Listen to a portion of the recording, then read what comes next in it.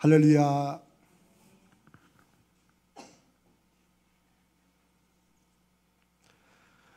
제가 지난번에 여러분께 주일날 설교하면서 제가 한번 여러분들이 꼭 읽으셨으면 좋겠다 하는 책을 하나 소개를 했는데, 좀 오래된 책이에요. 벌써 이제 오래됐습니다. 한 20년도 훨씬 넘은 것 같아요.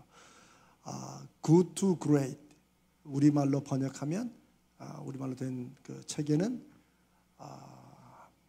좋은 기업에서 위대한 기업으로라는 책입니다.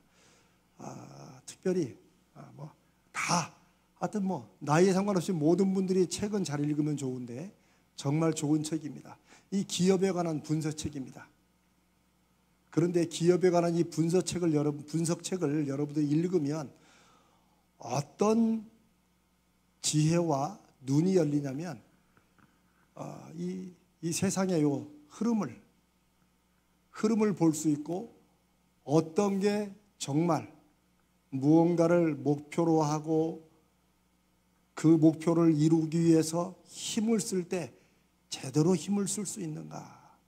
왜 누구는 누구보다 그렇게 애를 쓰는데 결과가 안 나오는가? 또 누구는 그냥 운이 좋아서, 저 사람은 별것도 아닌데 운이 좋아서 잘 되는 것처럼 보이는 그런 일들에 대해서 분석을 해주는 그런 책입니다.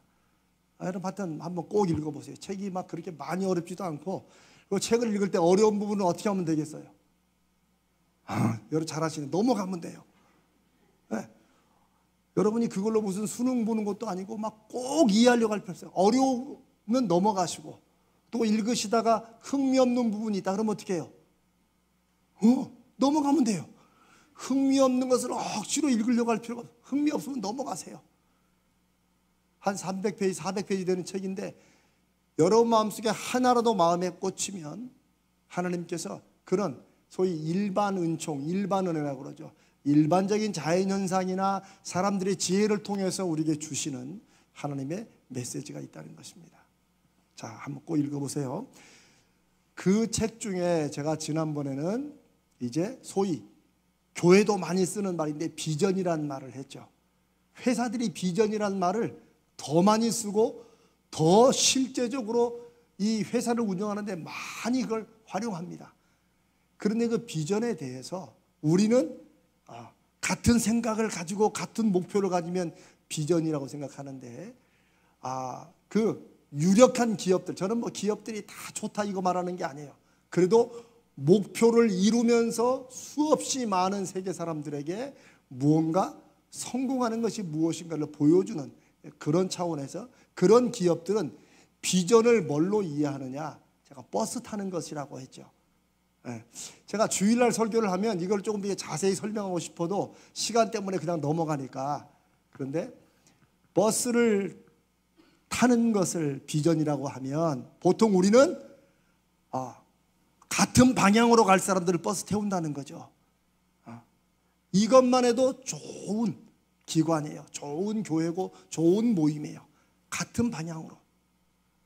그런데 한국 교회도 그것에 비교해서 비추어서 보면 같은 방향으로 탔지만 어떨 때 교회가 갈라져요? 어떨 때 교회 다툼이 일어나요? 방향이 바뀔 때 반드시, 특별히 이거는 내 사명이다, 이게 너무 강하면, 목사도 그게 너무 강하면 교인들을 휘어잡든지, 아니면 안 좋은 말이에요, 휘어잡는 거, 휘어잡든지, 아니면 거기서 반대하는 교인들과 부딪히든지 그렇게 돼요. 저는 옛날에는 어떤 사람이었겠어요? 앞에 사람, 이거만큼은 목숨을 걸고. 한 예를 들어 제가 총각 때, 제가 이제 32살인가 31살에 이제 유학을 갔는데, 주변에서 제가 이제 이렇게 공부하고 이러니까 주변에 누구를 소개시켜 주겠다는 거야. 근데 제가 한국에서도 유학 가기 전에 꼭 결혼은 안 해도 누구는 사람을 좀 이렇게 만나놓고 가야 된다고 우리 어머니 아버지가 그렇게 성원하셔서 제가 한 4개월 동안에 한 30명 만났다고 그랬잖아요. 제가 죽는 줄 알았어요. 제가 지금 돌아보면 참 어리석고 못된 짓을 했다는 생각이 들어요. 근데 어차피 거기 나온 분들도 딱 보고 땡 아니면 한 번 더 만나는 건데, 그 세종문화관 옆에 커피숍이 있어요. 거기가. 저는 평생에 이렇게 딸랑딸랑 하면서 거기에 이름 쏘는 커피숍은 처음 봤어요. 왜냐면 거기는 다 그런 사람들이야. 남자들이 다 정문을 보고 앉아있어요. 이렇게 다 기다리는 거예요. 나처럼 누구 만날 사람을. 그러면 거기 이제 그 일하시는 여자분이 딸랑딸랑 흔들어. 그러면 딱 고개를 들어. 그러면 누구누구씨 이렇게 내 이름이 이재명 씨. 그럼 제가 딱 소리를 들으면 그 옆에 따라오는 아가씨가 나를 만나러 오는 아가씨야. 이걸 30번을 했다니까요. 그래가지고 포기하고 이제 미국으로 왔는데 저한테 또 이제 누구를 소개시켜 주겠다는 거야. 제가 유학한 지 한 1년쯤 됐을 때. 그래서 제가 그랬어요. 그때 나는 한국으로 돌아갈 사람이니까 나하고 결혼하면 한국으로 반드시 돌아간다는 그런 것을 아는 사람하고만 내가 결혼을 하든지 만나든지 하겠다. 근데 여러분 이게 굉장히 멋있는 거지. 저는 그때 멋있는 건 줄 알았어요. 그게 내가 목표를 딱 세우면 딱 밀어붙이고. 근데 지금 돌아보니까 저에게 이제 아가씨를 소개해 주겠다고 했던 그 선배들이나 친구들이 저를 보고 참 우습다고 생각했을 거예요. 왜냐하면 제가 제 아내를 딱 만났을 때 제가 솔직히 지금까지는 막 아내가 저한테 첫눈에 반했겠다고 그러지만 여러분 다 이제 알잖아요. 제가 반해가지고 와이프를 꽉 잡았거든요. 이렇게. 근데 자꾸 보니까 와이프도 저한테 이미 마음이 넘어와 있더라고. 이제 사실 그거는 이제 사실이에요. 그랬는데 그렇게 여보 당신이 끝나고 간증을 해줘야 돼. 실이 웃을 게 아니고. 그랬는데 제가 이렇게 눈에 폭 빠지고 나니까 제 아내한테 제가 만나가지고 처음에 두 번째 만나가지고 나는 한국으로 돌아가야 된다. 제가 그런 말 했을까요? 안 했을까요? 못했지. 안 한 게 아니라 했다가는 여기 저기 뭐 이민원 천연대원. 그래서 어떻게든 제가 다 거기에 맞추더라고요. 이게 무슨 말이냐. 사람이요 믿음으로 사는 것도 예수 그리스도를 내 인생의 구주로 섬기고 그분 배신하지 않는 것 외에는 우리가 세우는 모든 결정들은 내가 어느 정도 이걸 밀고 가기까지는 내 주관이 필요합니까? 안 필요합니까? 필요합니다. 이렇게 불면 이렇게 갔다가 귀가 너무 얇으면 그 믿음도 아니에요. 그러나 제가 지금 말하는 건 이게 너무 강직해서 너무 내 생각이 강해서 때로는 성령께서 열어주시는 길과 기회조차도 내가 박차고 버릴 수 있다는 거예요. 그게 제가 제 삶에서 목사로 살아오고 수없이 기도도 하면서 살아오면서 벌새같이 막 날개짓하면서 살아왔던 제 삶을 돌아보니까 그게 하나의 큰 맹점이었어요. 근데 그건 하나님의 뜻이 아니라 내 고집이 너무 강했던 거예요. 그래서 제가 비전이란 게 뭐냐, 버스에 누구를 태울 것인가를 맞추는데 같은 방향으로 가는 사람을 태우는 게 좋은 기업들이 하는 거라면 정말 위대한 기업이 된 사람들은 같은 방향이 아니라 그 버스에 탄 사람을 쓱 보고 이 사람들이라면은 어디를 가도 좋겠다. 네, 이런 거. 이런 사람들을 태울 때, 즉 같이 나하고 인생이란 버스를 타고 한번 가보자 했을 때 그 사람이 처음부터 이게 감정적으로 좋았겠어요? 그 사람의 마음과 이 사람과 함께하면 내가 인생에 뭔가 아름다운 일을 할 수 있겠다. 멋진 일을 할 수 있겠다.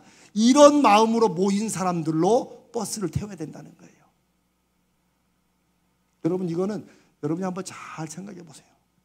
친구 관계도 마찬가지고 정말 여러분이 같이 사업을 하든지 저는 우리 교회에서 제가 이제 팀 사역을 하려고 하는데 그것도 마찬가지예요. 우리 한국교회 그런 거 많잖아요. 어떤 분이 그냥 20년 30년 동안 유치부 부장을 했다. 그러면 거기는 누구도 못 건드려. 우리 교회를 말하는 게 아니고 우리 교회는 그런 분이 없으니까. 저쪽 교회가 그랬어요. 생각보다 많아요. 왜? 거기는 담임 목사도 못 건드려. 그런 게 한국 교회에 많아요. 그럼 그게 하나님의 뜻을 추구하는 길입니까? 아니에요. 하나님의 뜻이 물론 하나님이 나에게 맡겨주신 이 사명을 내가 이렇게 감당한데 말하지만 실은 자기 고집이에요. 그리고 그 사람은 열심히 봉사한다고 하지만 바로 그 고집 때문에 자기 인생에 하나님이 주시는 은혜의 기회가 막히는 거예요. 근데 그걸 모르지. 그렇게 보면 제가 뒤에서 가만히 보면 그 성격 때문에 꼭 부딪혀. 자기는 주일학교 청소년부 무슨 부서든지 이거는 내 사명이다. 이렇게 딴 사람 절대 못하게만 하는 목숨 걸고 이렇게 한다. 이런 분들이 그 일에만 문제를 일으키는 게 아니고 다 다른 사람과 관계에서도 많이 부딪혀요. 집안의 부부끼리도 부딪히고. 제가 우리 이 교회 교육부가 아이들에게 무엇을 가르쳐야 될 것인가 라고 했을 때 제가 지난번에 그랬죠. 성경 지식을 알려주는 거 이거는 교회가 1번 목표로 삼을 게 아니다. 제가 지금 드린 이런 말씀을 하는 거예요. 내가 믿는 예수 그리스도, 내가 하나님의 말씀으로 믿는 이 성경이 어린아이지만 이게 내 삶의 중심이고 방향이다. 이거를 마음에 느끼고 확인할 수 있도록 우리는 그런 경험을 하도록 도와주는 거예요. 어떻게? 기분 좋게. 이 아이들이 교회에 오는 것을 너무너무 좋아하도록 이런 것을 고민하고 연구해야 돼요. 성경 말씀이 살마하고 아직 애들은 어리지만 나중에 어른 되었어도 이게 내 인생과 연결된다는 것을 알지 못하면 하나님의 말씀, 하나님의 뜻이라는 그 자기 고집을 가지고 밀어붙이느라고 자기 힘들고 하나님 피곤하게 하고 다른 사람들 어렵게 만드는 일들이 한국 교회에 참 많습니다. 저도 그 중에 하나였고, 저는 아주 그냥 솔직히 고백해요. 제가 고등학교 2학년 때 이제 그때 고등부 예배 때 기도를 한 번씩 학생들을 시켜요. 기도를 시켜. 근데 제가 기도를 어떻게 한 줄 아세요? 그 수요예배 때 기도해. 지금도 기억나요.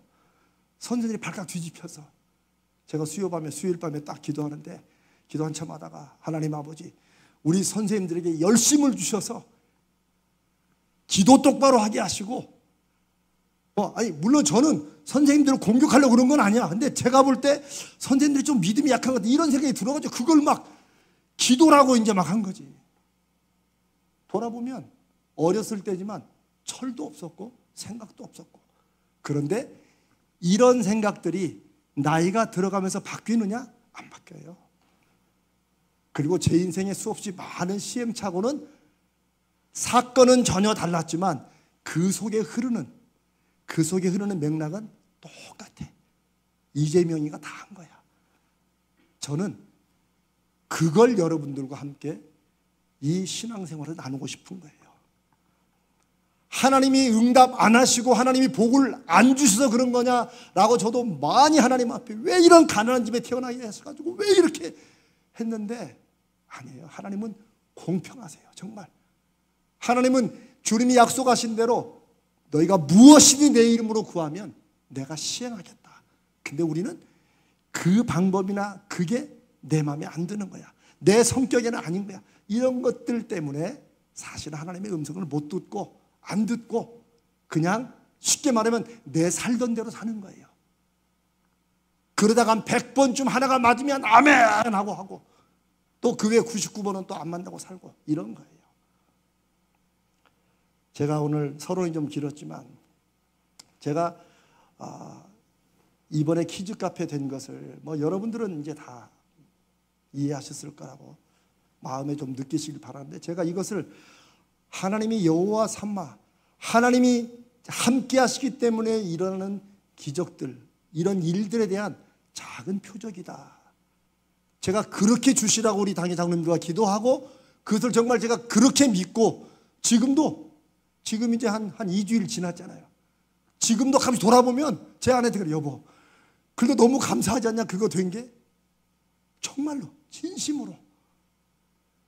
예전에 이거보다 더 큰 일들이 막 됐어도 내가 거기에 막 애쓰고 힘쓰느라고 막 그것만 생각하는데 이번에는 돌아보면 야 정말 이거 안 됐으면 어쩔 뻔했냐 이런 마음이 들 때가 있습니다. 근데 그건 제 개인의 마음이고, 제가 아까 말씀드렸던 좋은 기업에서 위대한 기업으로라는 책에 뒤에 보면 이런 예가 나와요. 무언가 누군가가 막 힘을 막 쓸 때 막 애쓰고 하는데 잘 안 될 때가 있잖아요. 그럼 둘 중에 하나예요. 포기하든지 아니면 끝까지 매달리든지. 근데 그거를 잘 분별하는 거죠.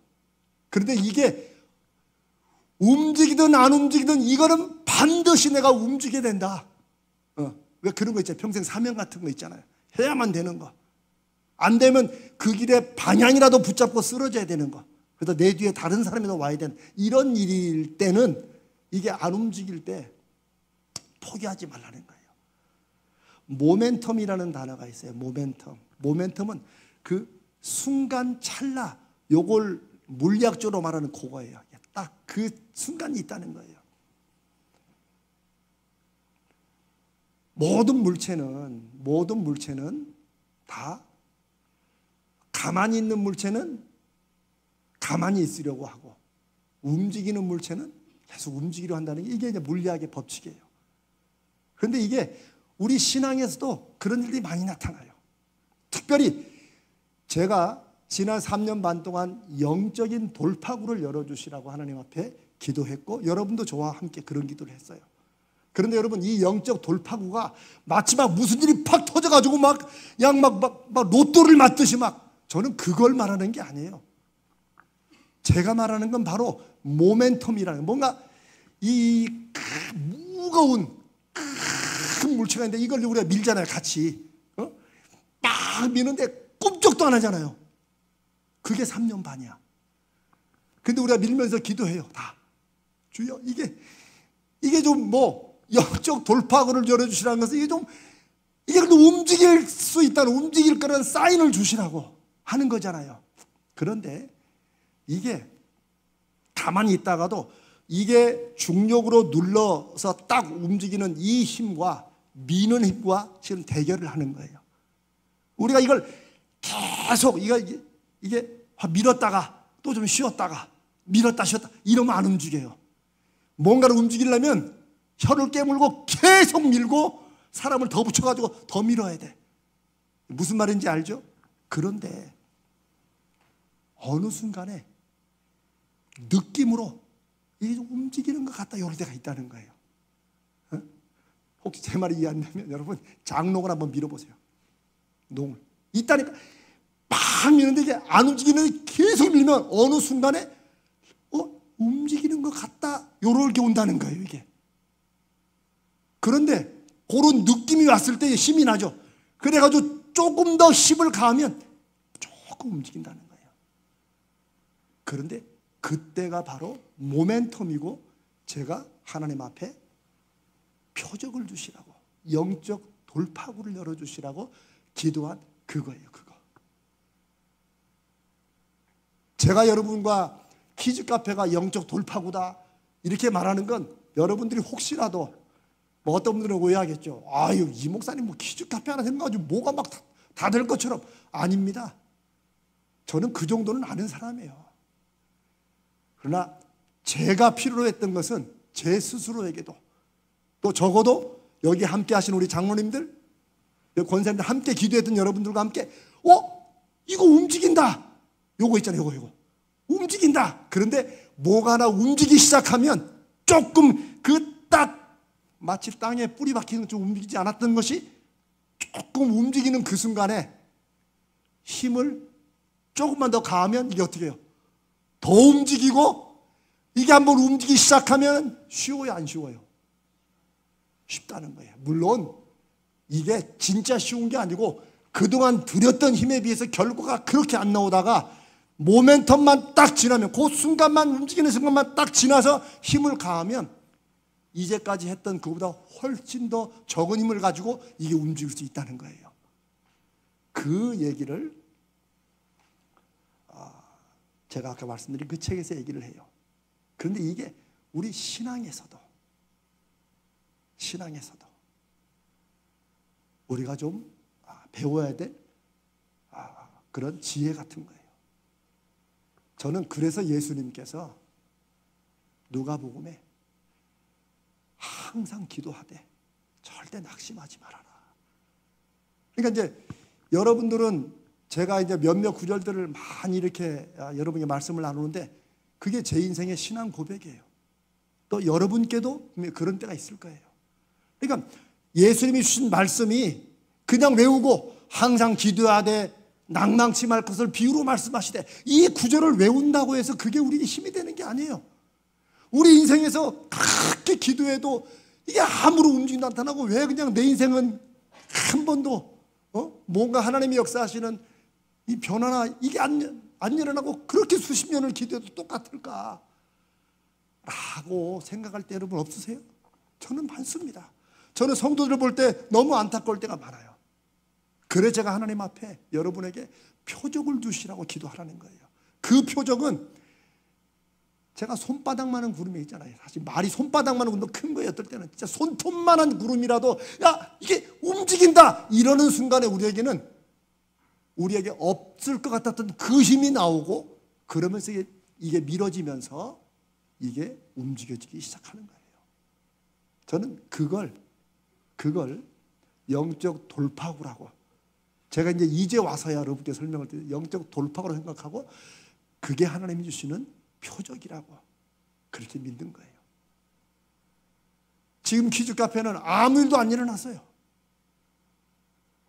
근데 저는 이게 드디어 하나님께서 우리 교회 구체적으로 지금까지도 일을 해오셨지만 구체적으로 일을 하시는구나 해오셨지만 그걸 제가 확증하고 확신하고 보기 시작한 그 순간으로 저는 삼는 거예요. 저는 당의 장로님과도 그런 말씀 나눴어요. 이제 우리가 요단강에 먼저 하나님이 갈라주실 거라고 믿고 물에 먼저 들어간 게 요단강이라고 그랬잖아요. 서 있는 거야. 발도 시리고 이 물이 언제 갈라질지 저 뒤에 있는 사람들은 그 물이 갈라지냐 어쩌냐 이런 하지만 그거 듣고 가만히 서 있는 거예요.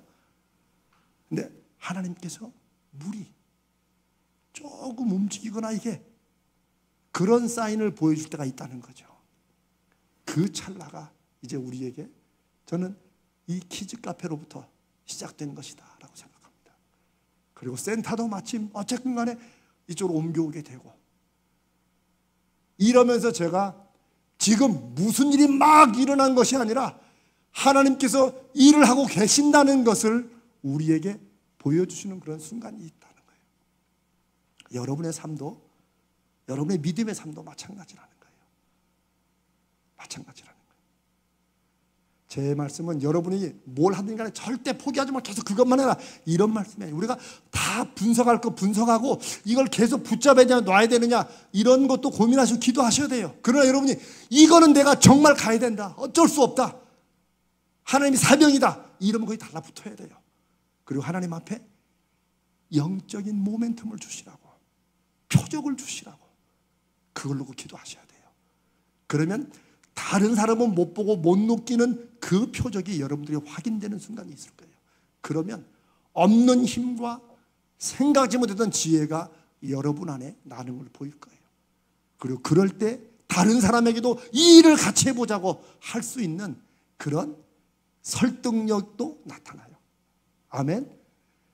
여러분 꼭 지금 저는 하나님의 일하시는 것이 우리에게 보이기 시작했다고 믿습니다. 당장 무슨 대단한 일이 아니라도 저는 이제 그걸 보고 갑니다. 그러니 한 걸음 한 걸음 이제 움직이기 시작했으니까 지금부터는 더 큰 힘으로 밀어붙이는 거예요. 이제 가만히 있으면 되는 게 아니고 이제 더 밀어붙이면 눈에 보이는 결과가 더 확 나타날 거예요. 그동안은 밀어도 그렇게 아무 효과도 없는 것 같더니 그겁니다. 제가 오늘 여러분과 벌써 이제 2주째 지나서 저는 지난번에 나눴던 미리암과 나병에 관한 마지막 결론의 적용 부분을 어떻게 하려고 하다가 이제 키즈 카페가 발표되는 그 주간에 제가 여러분과 간증을 나누고 지난주에는 또 이제 5월 5일인가로 쉬었어요. 저는 지금 우리가 이걸 여호와 삼마 하나님께서 계시기 때문에 일어나는 표적의 시작이다라고 믿고 이걸 같이 막 밀고 갈 이럴 때 하나님께서 어쩌면 또 이런 말씀을 주시는 게 그런 의미다 싶은 게 여호와 삼마를 비전으로 삼고 나가는 우리 교회의 영적인 질서가 이제부터 힘을 쏟아서 세워가야 된다라고 생각을 합니다. 저는 그렇게 믿습니다. 제가 드리는 말씀은 영적 질서는 단지 목회자만 말하는 게 아니에요. 목회자만 영적 어떤 권위를 가지고 모든 성도는 다 따라하고 그걸 말씀드리냐. 그것도 필요하고 중요하죠. 그러나 제가 여호와 삼마의 증거를 보이는 가자 제일교회를 하나님 앞에 기도하고 나갈 때는 우리 순장들 지난주에 제가 이제 순편성을 나누었죠. 이것도 우리가 계속 밀고 있는 거예요, 지금. 이것도 또 미는 하나님께서 언젠가 이 순을 통해서, 여러분 순 모임을 1년 했습니까? 다락방이라는 이름도 있고 구역이라는 이름이 오랫동안 많잖아요. 교회들마다 다 있어요. 우리 교회는 순 모임이에요. 여러분 순 모임 머릿속에 그려지는 게 있을 거예요. 그동안 여러분 경험에 따라서. 근데 저는 전혀 다른 순 모임을 기대합니다. 어떻게 다른 모임? 그 순 모임에 가는 게 나는 너무나 좋더라. 난 여기 가서 함께 만나고 싶은 사람들과 만나고 같이 한 주일 동안 지냈던 삶을 나누고, 나 같이 함께 오늘 들은 주일 설교 말씀에 은혜 받은 거 나누고, 나 기도하는 거, 나 이게 좋더라. 이게 이제 하나씩 나오기 시작하면 저는 하나님께서 영적인 모멘텀을 또 우리 순회도 주신다고 믿습니다. 제가 그걸 믿기 때문에 막 순모임을 막 강조하지 않아요. 이게 막 밀어붙인다고 되는 게 아니에요. 쉬운 예로 여러분, 우리 왜 뭐 말을 물가로 끌고 갈 수 있어, 물을 먹일 수는 없다고 억지로 물을 처박는다. 옛날 한국교는 그러기도 했었어요. 그래서 막 목사님 중에 막 소위 카리스마. 근데 카리스마는 그렇게 쓰는 게 아니에요. 막 큰 소리 치고 막 교인들을 확 쥐어잡고 막 누르고 이렇게 해서 교회가 막 성장하는 시대는 이미 지났어요. 그리고 그런 성장은 하나님이 기뻐하시지도 않아요. 오히려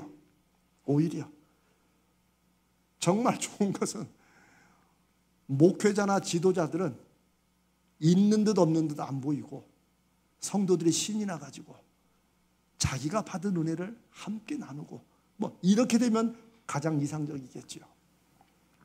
순모임의 순장님들이 저는 영적인 권위를 가져야 되고, 그걸 해서 제가 막 순원들은 다 순장에게 다 순종해야 됩니다, 순종합시오, 이거 강조한다고 되지 않아요. 여러분 안 그렇습니까? 제가 주일날 광고를 하고 막 설교로 막 몇 주 시리즈를 하면서 막 모든 순원들 순장한테 막 복종하고 순종해야 됩니다라고 하면은 그러면 순원들이 다 이렇게 할 것 같아요? 안 됩니다. 또 그렇게 잠깐 되는 것 같아도 되지 않습니다.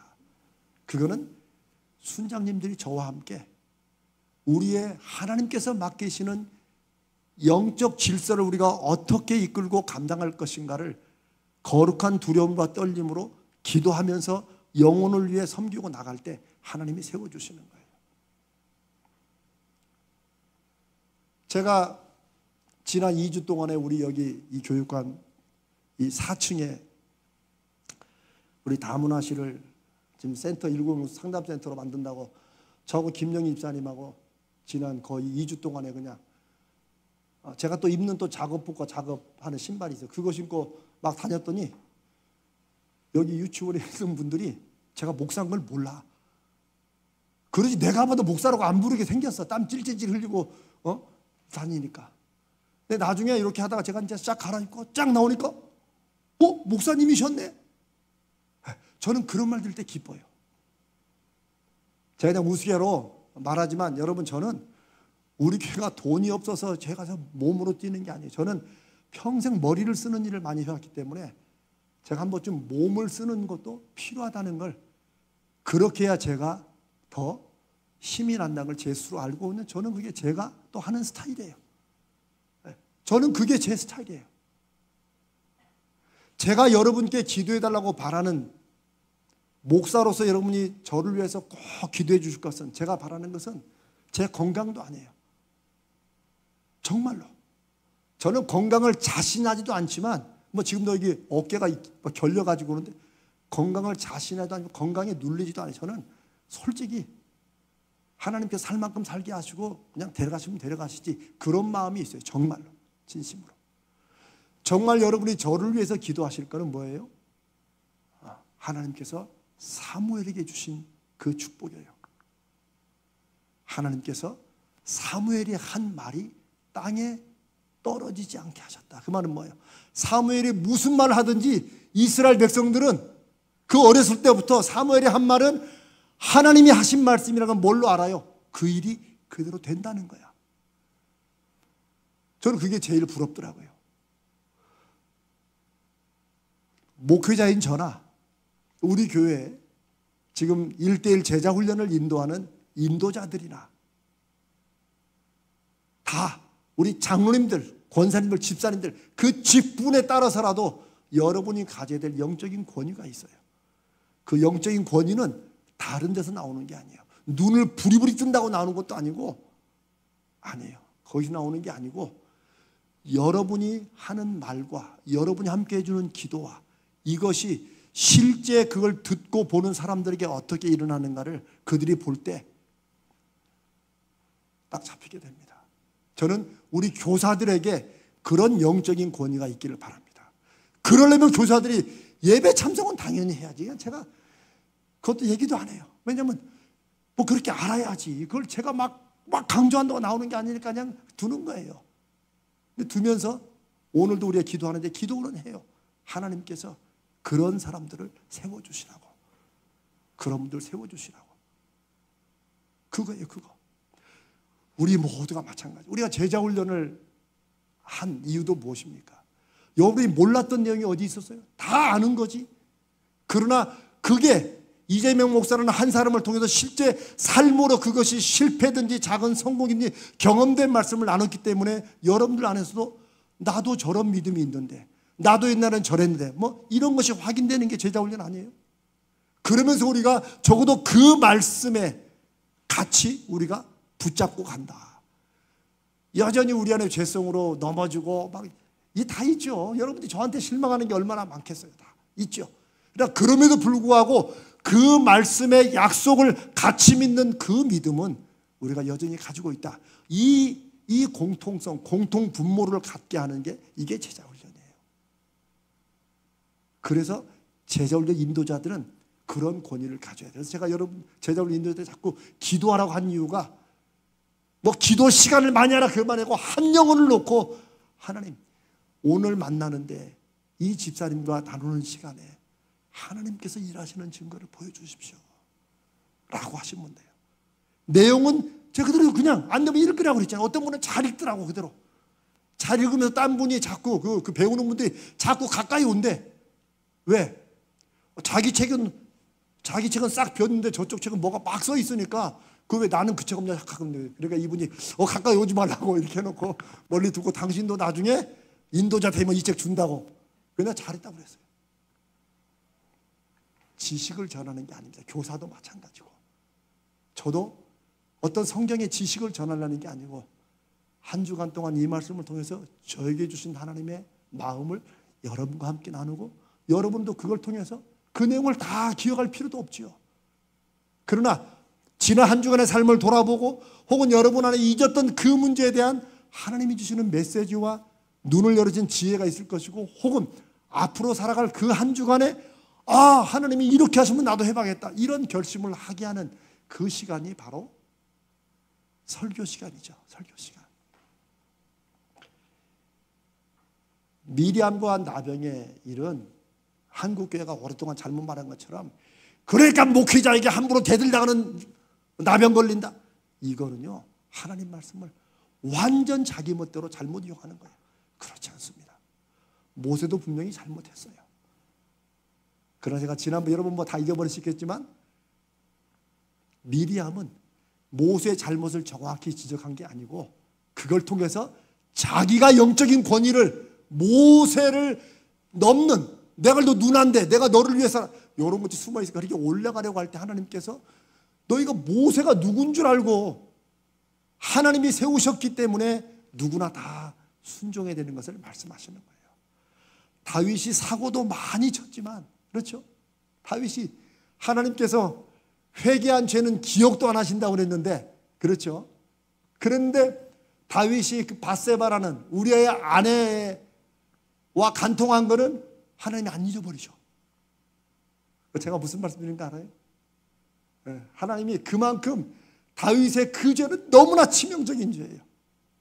그런데 그런 다윗도 하나님이 끝내 붙드시고 사랑하신 이유가 저는 다윗의 중심에 있는 하나님께서 기름 부으신 사람을 내가 함부로 할 수 없다. 내가 죽일 수 없다는 이거. 그거는 사울이 안 미워서가 아니고 다윗이 무슨 마음이 넓어서도 아니에요. 그거 아니에요. 상황을 보면 사울 하나만 죽이면 자기는 물론 자기를 따르는 수없이 많은 그 추종자들, 자기와 함께한 동지들의 이 쓸데없는 고통, 이 무의미한 고통을 순간에 끝낼 수 있어요. 사울만 죽이면. 그런 기회가 2번씩이나 있었어요, 여러분. 그런데 그때마다 다윗의 이유는 뭐예요? 하나님이 기름 부으신 자를 내가 함부로 할 수 없다는 거예요. 그 마음을 하나님이 사랑하시는 거예요. 왜? 다윗은 모든 천하를 내 발밑에 두어도 나는 하나님 발밑에 있다는 거, 이거는 인정한다는 거예요. 그게 믿음이에요. 그리고 그것을 신약에 보면 영적 질서란, 하나님은 질서의 하나님이다 라고 말씀하세요. 그 질서는 목사가 1번, 장로가 2번, 권사가 3번 이걸 말하는 게 아니에요. 그렇게 말하는 건 세상의 권력을 가지고 교회에서 휘두르는 전혀 잘못된 거예요. 교회의 영적인 질서는 우리가 따르는 사람은 그 사람의 그 직위나 직급이나 맡겨진 사명을 보고 따라갑니다. 그냥 목사니까 순종하는 거예요, 여러분들은. 그런데 그렇게 인도하는 저는, 인도하는 장로님이나 순장님들이나 혹은 교사들이나 인도자는 그래 그냥 따라와야지 이렇게 하면 그건 땡이에요. 이분은 내가 뭐길래 그걸 보고 나를 따라오나 싶은데, 인도하는 사람은 뭘 보고 무엇으로 자기의 영적 권위를 세워야 돼요?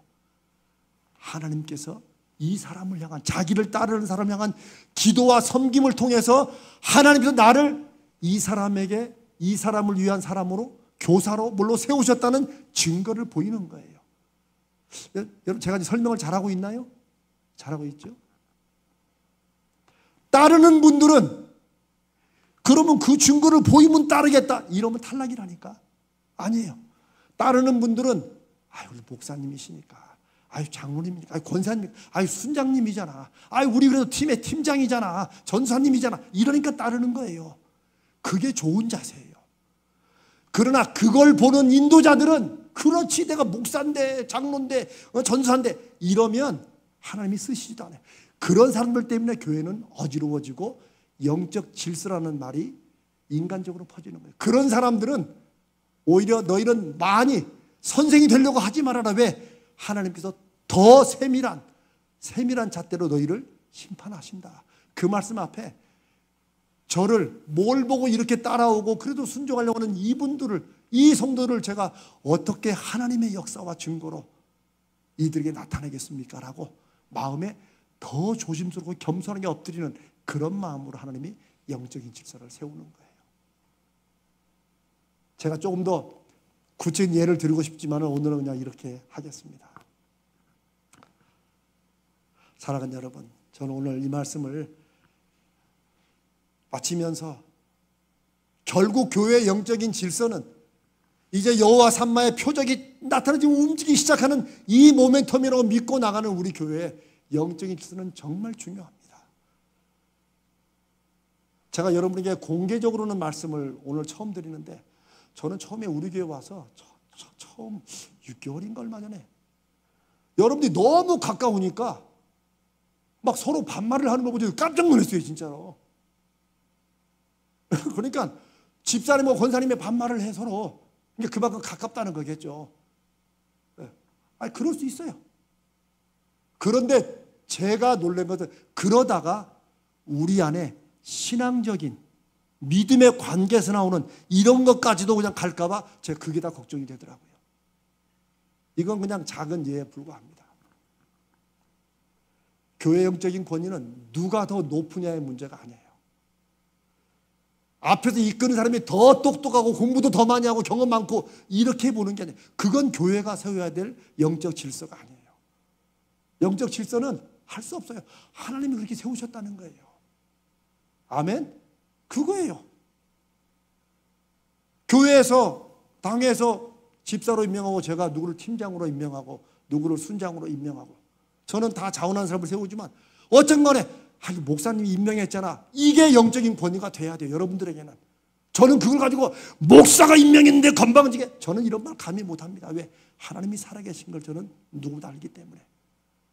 그러나 저는 여러분들이 목사님이 세우셨는데 그래도 순장님인데 이렇게 하고 순종할 때 저는 그 순종에 하나님의 열매를 내주시고 역사하시도록 그걸 붙들고 기도할 때 영적인 권위가 나타난다고 믿습니다.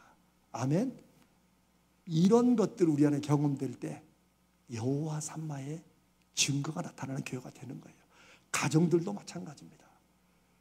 요즘에 아내들이 얼마나 훌륭하고 똑똑합니까? 그러나 좀 제가 그런 면에서는 보수적이라고 가정의 머리를 남자로 세우신 것을 인정해야 돼요. 그러나 똑같아요. 머리로 세운 남자가 그러니까 여자는 잠잠해야지 이러는 순간에 거긴 탈락이야. 땡이야. 그런 사람 통해서는 절대 가정이 영적인 질서를 세우지 못해요. 제가 분명히 말씀드립니다. 아내는 그래도 남편이 하나님께서 세우신 그 믿음의 가정에서 하나님이 세우신 가정의 머리로 세우셨으니까 이런 마음을 가면 하나님이 그 아내의 믿음을 통해 축복하시는 거예요. 남편은 거기에 대해서 그렇지 이게 아니고 여보 너무 그러지 마 이러면서 정말 가정을 위해서 목숨이라도 던지는 그리스도가 교회를 위하여 자신을 주심같이 목숨을 던지는 그런 마음으로 자기를 따라오는 가족들을 위해서 온몸을 던질 때 그럴 때 하나님이 영적인 질서를 가정에 세워주는 거예요. 원리 원칙은 너무나도 분명합니다. 따르는 사람들은 하나님께서 주신 그 임명에 순종하는 거고 이끄는 사람들은 하나님의 권위 앞에 이들을 섬김의 리더십, 말은 잘해요. 서번트 리더십이라고 요즘 하죠. 섬기는 리더. 그거 정말 그렇게 해야 돼요. 그럴 때 하나님께서 세우시는 영적인 질서가 나타난다고 믿습니다. 그래서 우리는 이제 교회 내에 혹은 믿음의 사람들 사이에 어떤 다툼이 있어도 코람데오, 이게 종교교육의 아주 중요한 원칙 중에 하나예요. 중심 사상이 코람데오 하는 말은 하나님 앞에서라는 말이에요. 제가 프로페셔널이라는 거, 프로라고 하는 것도 하나님께서 맡기신 일로 믿고 하나님 앞에서 무언가를 하는 사람이라는 뜻으로부터 오늘날에 변질돼 가지고 돈 받고 하는 전문인들을 프로페셔널이라고 한다고 그랬죠. 근데 원래는 하나님 앞에서 하는 사람들이에요. 이런 것이 모든 말과 행동을 하고 있는 그런 지도자들에게 그리고 따르는 사람들에게 필요한 것이라고 믿습니다.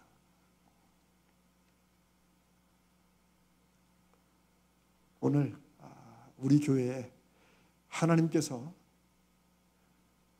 지금까지 계속 일해 오셨지만 믿음이 약한 이 목사가 그거를 확인 못해가지고 계속 하나님이 저를 이 교회에 보내주신 증거를 보여주라고 기도하고 또 여러분도 저를 위해서 같이 기도하고 교회를 위해서 기도하고 했던 그 기도에 하나님이 내가 하고 있다니까 하는 것을 작은 증거로 보여주시고 표적으로 보여주신 일이 저는 이 일이라고 믿습니다. 그리고 이 일에 우리가 함께 기왕 지금까지 미뤄왔는데 조금만 더 밀면 이게 이제 훅훅 나가는 것을 보게 될 겁니다. 그러면서 여러분들도 교회가 잘 되고 여러분들 가정에서 힘들어지고 이런 거는 안 되는 거예요.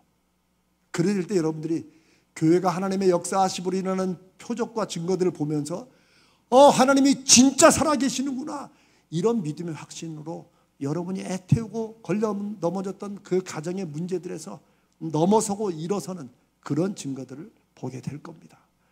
오늘 이 밤에 이 말씀을 함께 나누는 우리 모든 성도님들이 하나님께서 여러분에게 주시는 그런 음성을 들을 수 있기를 바랍니다. 그리고 우리가 한번 이렇게 오늘 이 밤에 결심을 했으면 좋겠습니다. 저와 함께 우리 교회의 리더로 이끌어갈 하나님의 지도자들로 부름받고 그렇게 생각하는 여기 있는 모든 분들이 저와 함께 그런 섬김의 리더십으로 우리 교회에 이제부터 영적인 질서를 함께 세워가는 이런 결심들이 저와 여러분들이 있으시기를 간절히 기도합니다. 하나님이 그렇게 일하실 것입니다. 목회자도 교육자들도 우리 장로님들도 권사님들도 순장님들도 1:1 훈련 인도자들도 우리 교사들도 누구라도 하나님 앞에 내가 이 사명을 받고 나는 한 영혼을 붙잡고 책임지는 하나님의 도구다. 이 말씀 앞에 나타난 열매들이 우리 교회와 우리 가정들에 있으시고, 그래서 여호와 삼마가 하나님이 계시기 때문에 일어나는 기적들을 우리가 보고 증거하는 우리 가자주일 교회 되기를 주님의 이름으로 축복합니다.